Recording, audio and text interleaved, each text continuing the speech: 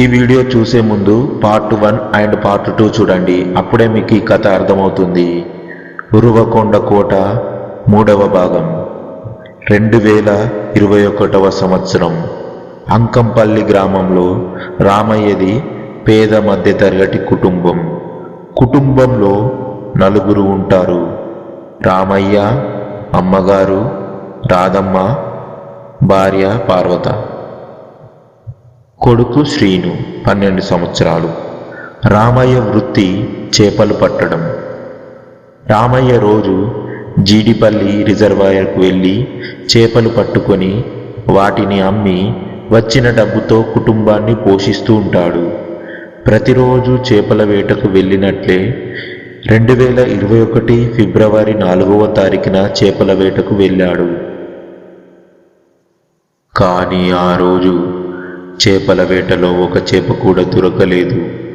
మధ్యాహ్నం వరకు ప్రయత్నించిన ఒక్క చేప కూడా దొరకపోవడంతో ఏమి చేయాలో అర్థం కాక కూర్చొని ఉంటాడు. ఇంతలో అక్కడి నుండి 16 కిలోమీటర్ల దూరంలో ఉన్న పెన్నహోబిలం రిజర్వాయర్లో చేపల వేటకు వెళ్ళాలని నిర్ణయించుకున్నాడు. తోటి జాలర్లతో కలిసి పెన్నహోబిలం వెళ్తారు. చేపలు అక్కడ పుష్కలంగా ఉన్నాయి. దొరికిన అన్ని చేపలను తను వెళ్ళిన ఆటోలో వేసుకొని తిరుగు ప్రయాణం మొదలు పెడతాడు. ఇంటికి వచ్చి చేపలను అమ్మటానికి సిద్ధం చేస్తుండగా అందులో ఏదో మెరుస్తూ ఒకటి కనబడుతుంది. ఏంటబ్బా ఇది కూజాలా ఉంది అని ఇంటి లోపలికి తీసుకుపోయి అక్కడ ఉన్న టీవీ మీద పెడతాడు. ఇక తన చేపలు అమ్మడానికి వెళ్ళిపోతాడు. ఇంతలో రామయ్య కొడుకు సీనుగాడు ఇంటికి వస్తాడు. సీనుగాడు ఇంటికి రాగానే టీవీ ఆన్ చేసి టీవీ చూస్తూ ఉండగా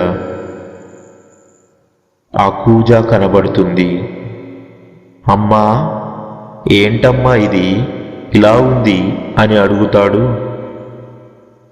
మీ నాన్నకు చేపల వేటలో వలలో చిక్కింది అని చెబుతుంది అమ్మ.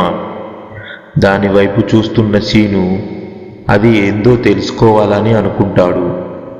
మరుసటి రోజు తన స్నేహితులతో కలిసి దాని గురించి వివరిస్తాడు.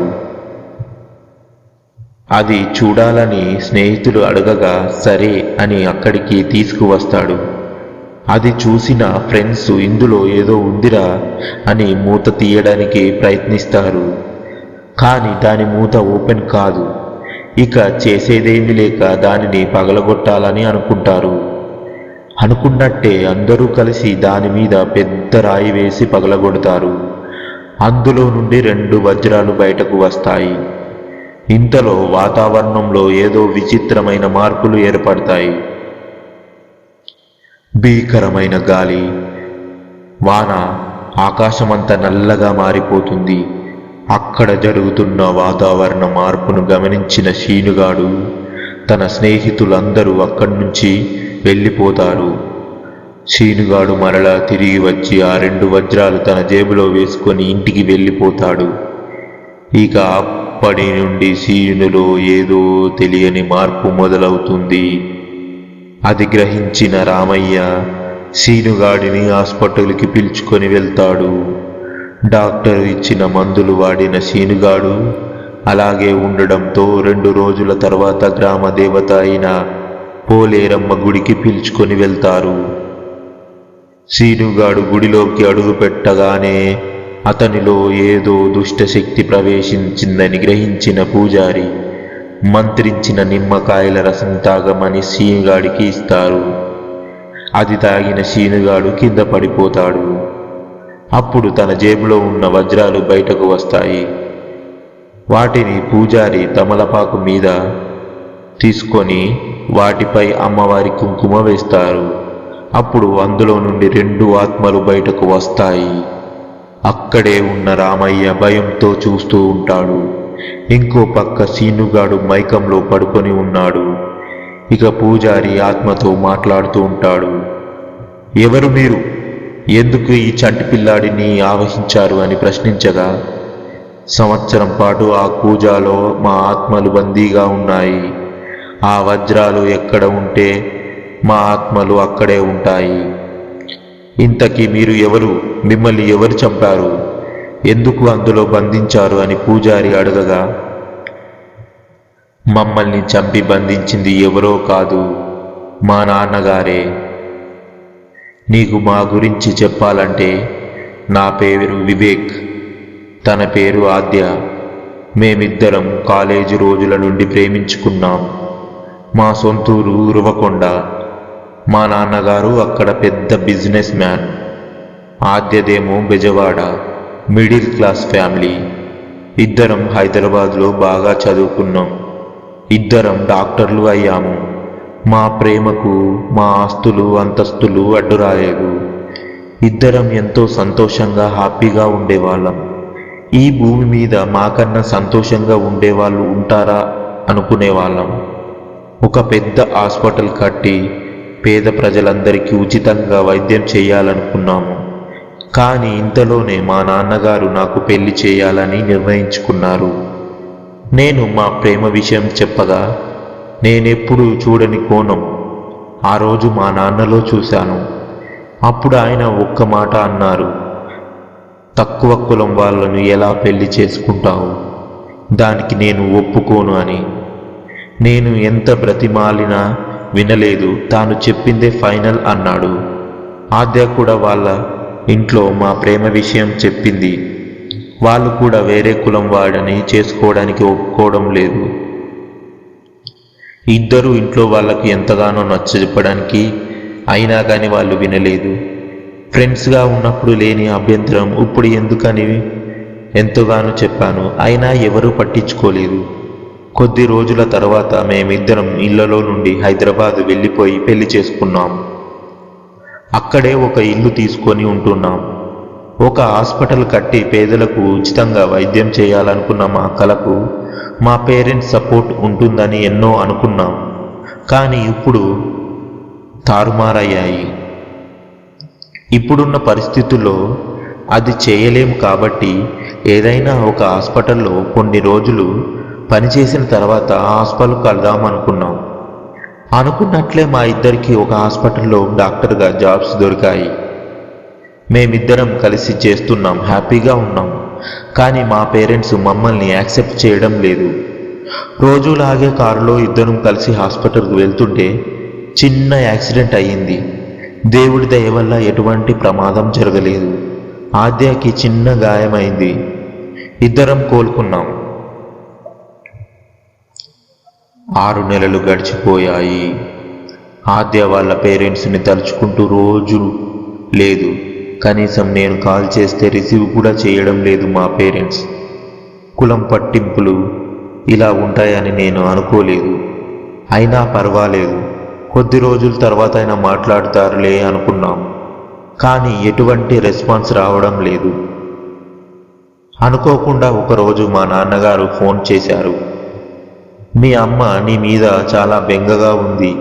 ఈసారి జాతరకి నువ్వు కోడల్ని పిలుచుకొని ఊరికి రా, ఉరవకొండకి రావాలని చెప్పి కాల్ కట్ చేశారు.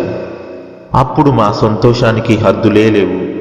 ఇక మా పేరెంట్స్ మమ్మల్ని యాక్సెప్ట్ చేశారులే అని ధైర్యం వచ్చింది. ఆ రోజు 2020 ఫిబ్రవరి 4వ తారీఖు ఉరవకొండకు వెళ్ళాం. ఇంటికి వెళ్ళగానే అమ్మను నాన్నను చూశాక నా కళ్ళలో నీళ్లు ఆగడం లేదు. ఆద్య ఏడుస్తూ అలాగే నిలబడిపోయింది. అమ్మతో మాట్లాడుతుంటే ఈ 6 నెలల బాధ ఒక్కసారిగా మర్చిపోయా. అమ్మ, నాన్న, పిన్ని, బాబాయ్, చెల్లి, అక్క, అన్న, వదిన అందరితో కలిసి ఆ రోజు రాత్రి డిన్నర్ చేశాను. అది నా జీవితంలో ఎప్పటికీ మర్చిపోలేను. ఆద్య అంత సంతోషంగా ఉండడం 6 నెలల తర్వాత చూశా. కానీ ఆ రాత్రే మా ఇద్దరికి చివరి రోజు అని ఊహించలేదు. డిన్నర్ తర్వాత అందరం హ్యాపీగా మాట్లాడుకున్నాం. తర్వాత ఎవరి గదికి వాళ్ళు వెళ్ళిపోయారు. హాల్లో నేను, ఆద్య, అమ్మా నాన్న తప్ప ఎవరూ లేరు. అప్పుడు నాన్న, నీకు ఒక ఇల్లు కట్టించా, రా అక్కడికి వెళ్దాం అని అన్నాడు. టైం 10 అయింది. ఇప్పుడు ఎందుకండి, పొద్దున్నే వెళ్తారులేండి అంది అమ్మ. వీళ్ళిద్దరూ డాక్టర్స్, వీళ్ళకు టైమింగ్స్ ఉంటాయా? ఎప్పుడు కావాలంటే అప్పుడు హాస్పిటల్లోనే ఉంటారు. పడుకోవడానికి ఎంత టైం పడుతుందో నీకేం తెలుసు? నువ్వు పడుకోపో అమ్మతో అన్నాడు నాన్న. సరే అని అమ్మ అక్కడి నుండి వెళ్ళిపోయింది. మేం వెళ్తుండగా ఆద్య కూడా నాతో పాటే వస్తానంది. ముగ్గురం కలిసి కారులో కొత్త ఇంటికి వెళ్ళాము. కొబ్బరి తోట మధ్యలో ఉన్న ఒక ఇంటికి తీసుకువెళ్ళాడు. లోపలికి వెళ్ళాం. లైట్స్ ఆన్ చేసి చూస్తే ఒక్కసారిగా షాక్ అయ్యాను. అక్కడ చుట్టూ నాన్న మనుషులే ఉన్నారు. ఏదో జరుగుతుంది అనే అనుమానం వచ్చింది. ఎవరు నాన్న వీళ్ళంతా, ఇక్కడెందుకున్నారు అని అడిగాను నాన్నను. ఇంతలోపే వెనకాల నుండి ఎవరో నా తలపైన కొట్టినట్లు అనిపించింది. స్పృహ కోల్పోయాను. నా ముఖంపై నీళ్లు చల్లారు. నా ఎదురుగా కుర్చీలో నాన్నగారు కూర్చున్నారు. పూర్తిగా కళ్ళు తెరిచి చూసేటప్పటికీ ఆద్యని చంపేశారు. నన్ను చేరుకు కట్టేశారు. ఒక్కసారిగా ఏం చేయాలో అర్థం కాలేదు. ఆద్య ఆద్య అని అరుస్తున్నా. ఆద్య చనిపోయింది, నేను జీర్ణించుకోలేకపోతున్నా. ఒక్కసారిగా బాధ, కోపం, ఆవేదన నాలో మొదలయ్యాయి. ఇంతలో నీ మీద ఎన్నో ఆశలు పెట్టుకున్నాను. నువ్వు చేసిన ఈ పనికి నా జీవితం అంతా కష్టపడిన నా పేరు, మర్యాద, పరువు, ప్రతిష్ట అన్నీ నీ నుండి పోయాయి. నేనేం చేశాను నాన్న? నువ్వు చేసిన తప్పు ఆ కులం తక్కువ దాన్ని పెళ్లి చేసుకోవడమే. మన వంశంలో ఎవరు చేయని పొరపాటు నువ్వు చేశావు. నాకు ఏం చెయ్యాలో తెలియక మెంటలెక్కిపోయింది. మీరు ఉంటేనే కదా నాకు ఈ సమస్య. మీరు పోతే నా ముందు ఎవడు కులం గురించి మాట్లాడడు అనుకున్నా. అందుకే మిమ్మల్ని చంపాలని డిసైడ్ అయ్యా. యాక్సిడెంట్ ప్లాన్ చేశా, కానీ మిస్ అయ్యారు. అంటే ఆ రోజు మాకు జరిగింది యాక్సిడెంట్ కాదా? మేము వేసిన స్కెచ్, కానీ మీరు అక్కడ తప్పించుకున్నారు. ఈసారి మిస్సు కాకూడదనే ఈ జాతరకు పిలిపించానురా. ఇక్కడికి పిలిచి ఇలాగే చంపాలని ప్లాన్ చేశానురా. ఇప్పుడు చంపేస్తున్నా అన్నాడు నాన్న. నన్ను ప్రేమించినందుకు ఆద్యకి ఇలాంటి పరిస్థితి వస్తుందని నేను ఊహించలేకపోయాను. నా మనసంతే ఆద్య జ్ఞాపకాలను వెతుకుతూ ఉంది. మీలాంటి మానవ మృగాల మీదికి, ఈ భూమి మీదికి బ్రతికే అర్హత లేదు. కులం పిచ్చితో మీరు చేసే అరాచకాలకు ఎంతమంది అమాయకులను బలి అవుతున్నారు. ప్రాణం పోయడానికి కులము, పరువు అవసరం లేదు. మంచి మనసుంటే చాలు అనుకునే 2 డాక్టర్స్ అయ్యాము. మా కలని కలలా మార్చేశావు. ఆద్య నాలో అర్ధ ప్రాణాన్ని చంపేశావు. నిన్ను వదలను నాన్న. మాట్లాడుతుండగా గన్నుతో కాల్ చేశాడు. కొద్దిసేపటి తర్వాత ఒక మాంత్రికుడు వచ్చి మా ఆత్మలను ఈ కూజాలో బంధించి ఆ కూజాలో వేసేశాడు. ఆ వజ్రాలలో మా ఆత్మను బంధించాడు. అప్పుడు బంధింపబడిన మేము ఆ పిల్లాడి వల్ల ఇప్పుడు బయటపడ్డాం. మీరు పవిత్రమైన ఆత్మలు కాబట్టే గుడి లోపటికి రాగలిగారు. కులము, మతము, ప్రాంతము మనిషి జీవనానికి అడ్డు కాకూడదని, మీకు జరిగిన అన్యాయం మరెవ్వరికీ జరగకూడదు అని పూజారి చెబుతుండగా రామయ్య ముందుకు వచ్చి, మనిషి బ్రతకడానికి 3 పూటల ముద్ద అన్నం ఉంటే చాలు. ఈ పరువు, ప్రతిష్టలు, కులభేదాలు పనికిరావు.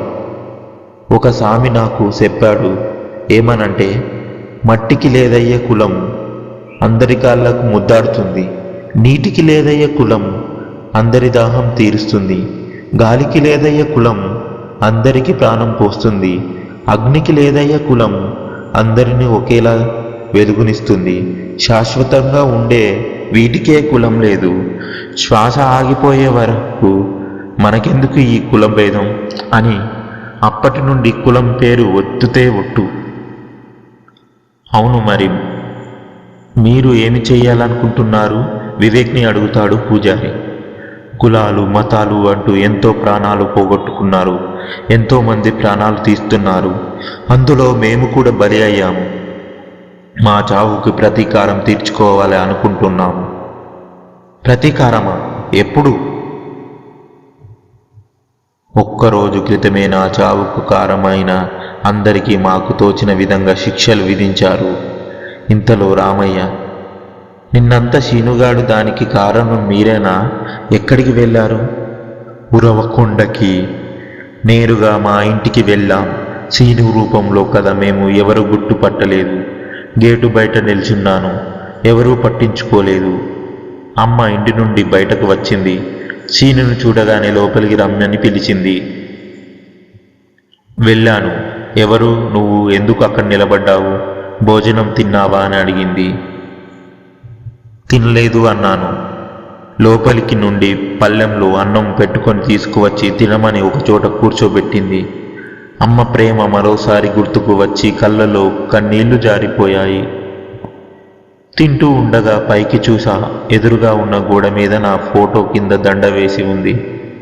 నా ఫోటో చూపిస్తూ అమ్మా అని అడిగా. ఎవరు అతను? మా అబ్బాయి యాక్సిడెంట్లో చనిపోయాడని చెప్పింది అమ్మ. అవునా, ఎక్కడ అన్నాను. జాతరకు వచ్చి తిరిగి హైదరాబాద్ వెళ్తుండగా దారి మధ్యలో యాక్సిడెంట్ అయ్యి చనిపోయాడు. తింటూ ఉండు, ఇప్పుడే వస్తాను అని అమ్మ లోపలికి వెళ్ళిపోయింది. మమ్మల్ని చంపేసి యాక్సిడెంట్లో చనిపోయాడని నాన్న ఇంట్లో అబద్ధం చెప్పాడు అని నాకు అప్పుడు అర్థమైంది. తింటూ ఉండగా మధ్యలో నాన్న చిన్నాన్న ఇద్దరు బయటకు వచ్చారు. నాన్నని చూడగానే ఒక్క పక్క కోపం, బాధ, ప్రతీకారం రగిలిపోతున్నాయి. మరో పక్క వాటిని ఆపుకొని తింటున్నా. ఇంతలో అమ్మ బయటకు వచ్చి, బాబు ఇంకొంచెం వడ్డించనా అని అంది. వద్దమ్మ, చాలు అని పైకి లేచా. ఇటుగా వస్తున్న నా దగ్గరికి వచ్చి నిలబడ్డాడు. ఏ ఊరు బాబు మీది అన్నాడు. రాగులపాలు అని అన్నాను. నేను అదే దారిలో గుంతకల్ వెళ్తున్నాను రా, అక్కడే వదిలేస్తాను అన్నాడు.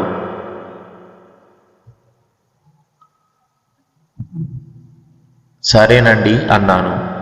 వెళ్తాను అమ్మా అని అమ్మకు చెప్పా. వెళ్తాను కాదు, వెళ్ళొస్తాను అని చెప్పాలి అంది అమ్మ. సరే అమ్మా, వెళ్ళొస్తాను అని అక్కడి నుండి నాన్న జతలో బయలుదేరాను. కారులో నేను, నాన్న, చిన్నాన్న, డ్రైవర్, ఇంకా రోజు నన్ను చంపిన వాళ్ళు ఇద్దరు ఉన్నారు. ఉరవకొండ ఊరు దాటగానే కారు బ్రేక్ ఫెయిల్ అయింది. కారు నేరుగా వెళ్ళి రోడ్డు పక్కన ఉన్న పెద్ద బండరాయిను ఢీకొట్టింది. అందులో ఉన్న అందరికీ కాళ్ళు చేతులు విరిగిపోయాయి. కానీ శీనుకి మాత్రం ఏమీ కాలేదు. కొద్దిసేపటికే ఒక అంబులెన్స్ వచ్చింది. అందులోనే అందరం హాస్పిటల్కి వెళ్ళాం. ఎమర్జెన్సీ వార్డులో తీసుకొని వెళ్ళారు. డాక్టర్ వచ్చి వీళ్ళని చూసిన తర్వాత, ఇక మీరు జీవితంలో ఎప్పుడూ నలవలేరు, ఎందుకంటే మీ కాళ్ళు చేతులు పూర్తిగా విరిగిపోయాయి, మేమేమి చేయలేదు అని చెప్పాడు. కారు యాక్సిడెంట్లో మీకందరికీ కాళ్ళు చేతులు విరిగిపోయాయే, కానీ ఈ పిల్లవాడికి మాత్రం ఏమీ కాలేదు, ఇదొక మిరాకిల్ అన్నాడు డాక్టర్. నాన్న, చిన్నాన్న, డ్రైవర్ ఇంకా ఇద్దరు నన్నే చూస్తున్నారు. ఐ యామ్ ఇన్ శ్రీనుని. అప్పుడు నేను వాళ్ళకి ఒకటి చెప్పాను. మనకి ఎంత ఆస్తి ఉన్నది తినేది ఆహారాన్నే, మనకెంత గుర్తింపు ఉన్నా అందరూ చూసేది మంచి గుణాన్నే, మనం ఎంత గొప్ప కులంలో పుట్టినా అందరూ చూసేది మంచితనాన్ని. మీలో అది లేదు, అందుకే మీకు ఈ శిక్ష. ఒకరిని నాశనం చేయాలనే దుర్బుద్ధితో ఉన్నవాడు చివరికి వాడే నాశనమైపోతాడు, అదే కర్మఫలం అని చెప్పి అక్కడి నుండి వచ్చేశాను. ఎవరు ఏ జన్మలో పాపం చేస్తే ఆ జన్మలోనే కర్మలను అనుభవిస్తారు. ఏ పాపం ఎరగని నీ ప్రేమ జంట అలా అర్ధాంతరంగా మీ జీవితాలు ముగిసిపోవడం దీనికి ఏదో కారణం ఉండే ఉంటుంది. కనీసం వచ్చే జన్మలో అయినా మీరు సుఖ సంతోషాలతో కలిసి జీవించాలని కోరుకుంటున్నానని పూజారి ఆశీర్వదిస్తాడు. కారణం ఏంటంటే మేమేమైనా చేశామా? ఏమై ఉంటుంది కారణం స్వామి అని వివేకాద్య.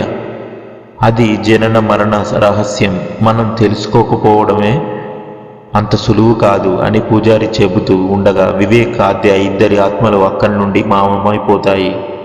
రామయ్య పూజారి చూస్తుండగానే రామయ్య ముందుకు వచ్చి, ఏమి స్వామి వీళ్ళు ఎక్కడికి వెళ్ళిపోయారు? వాళ్ళ గత జన్మల గురించి తెలుసుకోవడానికి వెళ్ళి ఉంటారా అనిపిస్తుంది. ఇంతటితో కథ ముగుస్తుంది అనుకోకండి. వాళ్ళ గత జన్మలు ఉన్నాయా? ఉంటే ఏం జరిగి ఉంటుంది తెలుసుకోవాలని ఉందా? అయితే ఈ వీడియోకి ఒక లైక్ చేసి మీకు ఈ కథ ఎలా అనిపించిందో కామెంట్ చేయండి. అలాగే సబ్స్క్రైబ్ చేసుకోండి. నేను డైలీ పెట్టే వీడియోస్ మీకు అప్డేట్ వస్తూ ఉంటాయి. పార్ట్ 4 కోసం వెయిట్ చేస్తూ ఉండండి. ఇట్లు ఉరవకోట.